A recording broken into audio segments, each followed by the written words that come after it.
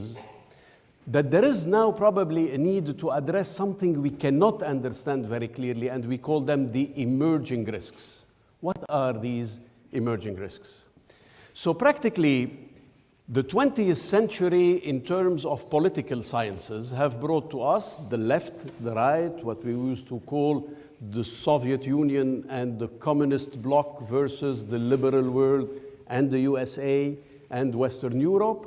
But practically, we have fulfilled in politics all the needs of a new normal society. So no one is contesting anymore the school for free, the right of education, the right to go to the hospital, the retirement. And suddenly the question becomes, what is the next role of the state? So, okay, he will ensure justice, defense, issue the currency, but what would be his essential role? And through this case, I noticed that now the society is very much geared towards something that could be a great opportunity but carry some risk. The great opportunity is that the state is now closer to the need of the citizens. The danger is that he can become a nanny state. I will tell you what to eat. I will tell you what to do. Don't think, I'll think for you. And effectively, the next role of the state will be a better, a safer, a balanced life living of the citizen. And for this, he have a tool. This tool are the regulators, and probably, if the end of the 20th century was the time of services, the beginning of it was the time of product and industry, the beginning of the 21st century is the time of regulators. So in this idea, I said, what if today a regulator can change our operating environment? Would it happen? Probably. So what will happen effectively is how these people can impact our products, our industry, just by taking a decision on a pen. Do they know enough about it? Is it thought enough? We don't know. We would need in the future a deeper understanding of the operating environment and probably someone inside the corporation to take care about that. Because we have the HR, because we have the engineers, because we have the financiers, we have the CFOs. But who is monitoring the operating environment?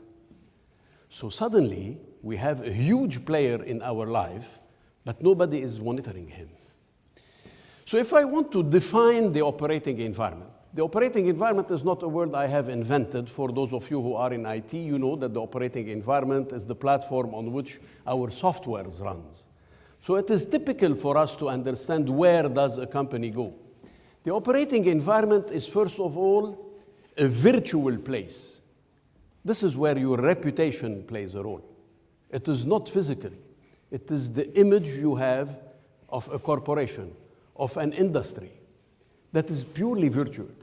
But also it is physical. It is the place where you have your factories, your products, your consumers, and everybody. So it's a virtual and a physical territory in which corporation and their stakeholders, market and non-market stakeholders, if you remember the non-market stakeholders that Professor Kennedy talked about this morning, interact with actions that affect the company development. And this interaction can create situations that can be conflictual or positive, that can create opportunities or threats. But if you want to be retained as a stakeholder of a corporation, it has to be in direct contact with the corporation, and the action they do has an influence, a direct influence on the corporate measures we take. And in some industry, it can be the weather. If you are in the tourism industry, the weather is an issue. If you are in the skiing industry and there is a heat in the climate, you are impacted. So effectively, those people are those we consider as contributing or developing our operating environment. They go from the regulatory, we call the regulatory anything that is the state, the government, someone who talks to you through regulation or through law, to media, either be it social media or classical media, it doesn't change, to consumers, to customers, to employees, to shareholders, to the same industry you believe the other player you belong to, and to your suppliers. Those guys, they breed constant change. They are permanently on the move. And if you want, as soon as they move, they develop a new regulatory framework. The way these stakeholders interact together has to be translated into something that impacts your corporation. The way they express this impact is a regulation, because the regulator is regulating according to the interaction of all these elements. And I would like just to consider the pace of change, especially during the last 150 years, through this quick movie.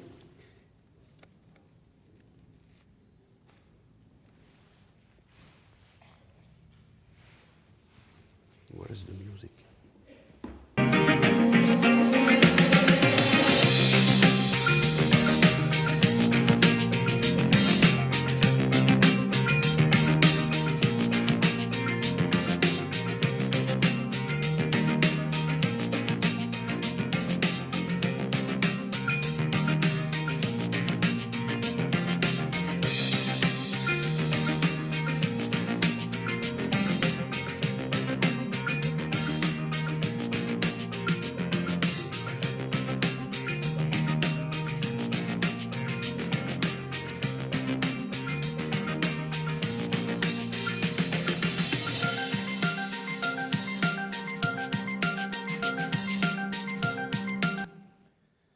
So what do they have in common?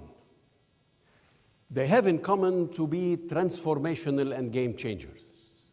But more so, what is important is that they have changed our way of thinking, our way of acting, our way of looking to the future, our way of communicating, as we talked this morning about the social media, our way of seeing geographies. Your grandfather, to emigrate to the US, used to take a boat, and it would take him 2 months. I have friends, they commute between Istanbul and New York every other week. So geographies have changed. Our way of thinking have changed. This has generated a new way for us to consume products, to consume services, to organize the way we live. And they happened in 1 century. This means that corporations like BP, for example, had 13 chairmen. Coca-Cola had 6. A family business would have 3 or 4 persons. Effectively, what does it mean? It means that we had, during the past 100 years, to transform ourselves permanently. And the meaning of that is they happened in 1 century, accelerating pace, teaching us that the envelope, the operating environment, is a living body, is moving permanently, that the 20th century alone brought to humankind more transformational changes than the history of humankind. And this is very important for us because we don't need only to cope with the change. We need to cope with the pace of the change and how fast it takes place. Thus, this wonderful philosopher Alvin Toffler telling us the illiterate of the 21st century will not be those who do not know how to write and how to read, but those who cannot learn, unlearn, relearn. And you will have, as a generation, to reinvent yourself permanently. At your date of birth, university student of the 21st century, can you just imagine what was this? This has the size a bit bigger than my suitcase. It was a mobile phone. At your age, I saw a mobile phone. It was handed by Philip Habib. He was the American envoy to the peace process in the Middle East, and you needed to be someone as important as that to have a mobile phone. Your son, 6 years old, have a mobile phone. What was this? This is what you call the internet. It was a military secret owned by the American army for the cases where the Soviet Union would invade Europe. They would be using it on behalf of their normal telecommunication system. This is the internet. This is why the internet is for free, because the American army developed it just as a weapon. So can you imagine that this was a weapon? Can you just imagine that if I told to my father that I will be a web designer, he would have thought that I would be a biologist, because a web would only be something insects have. He wouldn't understand what a web is. So bottom line, and this happened during your lifetime, we have to learn that we are in constant change, that the concern of management is how to cope with this change. So probably today the head of corporation does not articulate this very clearly, but by the moment you will be on the road of work, these issues will be very important. How can we imagine the future? How can we market in the future? What if interacting with all the elements of the operating environment was the major concern, and we would need for that a solution? So all the elements of the enveloping, we said, are in constant move, and they have a great impact on our industries. For the time being, we have an interlocutor for each one of them. But this is not the proper answer, because we said that all of these constitute your operating environment, virtual or physical. So bottom line, is the proper answer at the age of regulation having a holistic approach of this, an understanding of all of these areas together, interacting together, working together, and making the change? So for that, we can anticipate on technological changes, but sometimes it is very difficult, because science can go at a pace that we cannot always follow on. We can anticipate on changes in society by using social sciences. And if we said that society changes are expressed through regulation, we can follow on the regulators.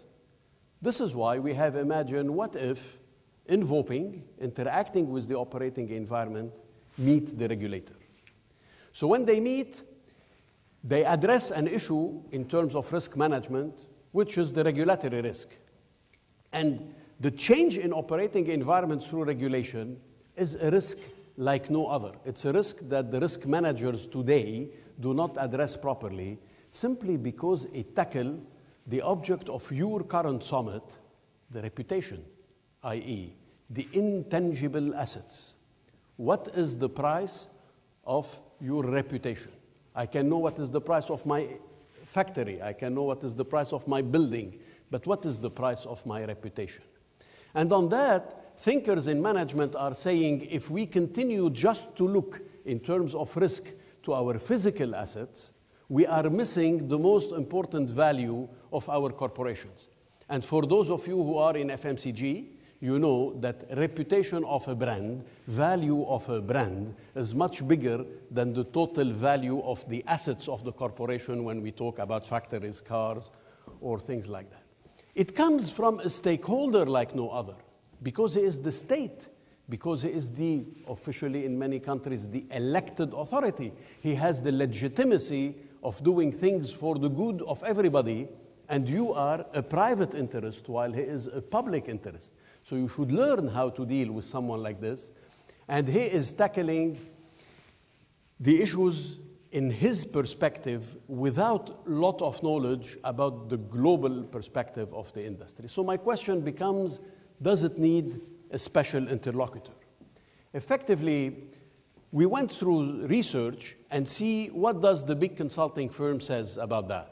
What about emerging risks and regulators? So in interviews and studies conducted during the moment I was writing my book, McKinsey did an interview for 1,500 executives, and they say a large majority of respondents are seeing the regulator as the primary source of political and social pressure. If you go to the Financial Times and Oliver Wyman, they do together a study with 650 executives, and they say significant investments are done to strengthen the organization capability to detect and evaluate these emerging risks. They cannot exactly precise what it is, but they feel that this is where the threat is coming from. So I conducted myself some qualitative interviews just to see what some people around me would say. And I asked 50 executives. For those of you who are strong in math, as you will see percentages, but it is just for the ease of getting the answers. I know that statistically 50 people cannot generate statistics, but just to give you an idea, you have 80% who said that business would be subject to more regulation in the future. 56% said that the engagement with regulator remains the prerogative of the CEO, with 1 or 2 persons inside the organization, typically the lawyers. And only 20% of them have organized themselves for that. Only 20% know how to handle a relation with a regulator. 90% of them have no department and no vision about this major risk. 80% said this role is not precise, but it is important, it is indispensable for the future. And I continued with them about a future recruitment of an enveloping manager. Will you recruit someone to handle this? 28% said, we don't know. 32% thought that, when you ask them, where do you bring it from? Okay? 28% said, I don't know. 32% thought they can take someone or recruit someone who is trained by someone else. 4% thought recruiting or training a university graduate. So despite they see the importance of the risk, they don't see yet the offer. But 60%, and this was very funny, said, I will take it from the competition, but if you are 60% to take it from the competition, it means that the others don't have it. And this pushed me towards a new question. If the recent studies are continuing to focus on this, what will happen? So I looked, there was a study, 2012, and the survey was done also by McKinsey in their global survey, and they say an increasing and consistent role in how companies create value in the next few years. And this is taking back, in my book, a chapter that we will not develop today, the strategic resilience, the ability of corporations to be resilient to risk depend of their ability to address these emerging risks. This is why they see that managing external affairs by the executive is becoming a major source of value for corporations. The year after, in 2013, we discovered that 75% of the time of a CEO is allocated with contacts related to emerging external risks. 75% of his time. If you have any friend who is a CEO in a bank, he will tell you that 75% of his time is about compliance and regulation. So what does this mean? I was walking in New York last summer, went to a nice museum called the Whitney Museum. I encourage you to go and visit it. It's a modern American art. And I saw this. Of course, Montclair does not exist, but it gives me an idea. If today they are regulating tobacco, probably they are thinking about regulating food. They are regulating milk. They are regulating banks. They are regulating telecom. They are regulating alcohol. They are regulating pharma. And at which pace? The regulator is someone that can create a change, offer you an opportunity, or carries to you a risk. He can intentionally or unintentionally destroy your business. Look, for example, to the Framework Convention of Tobacco Control, which regulate the tobacco industry. You remember your 4 Ps in marketing.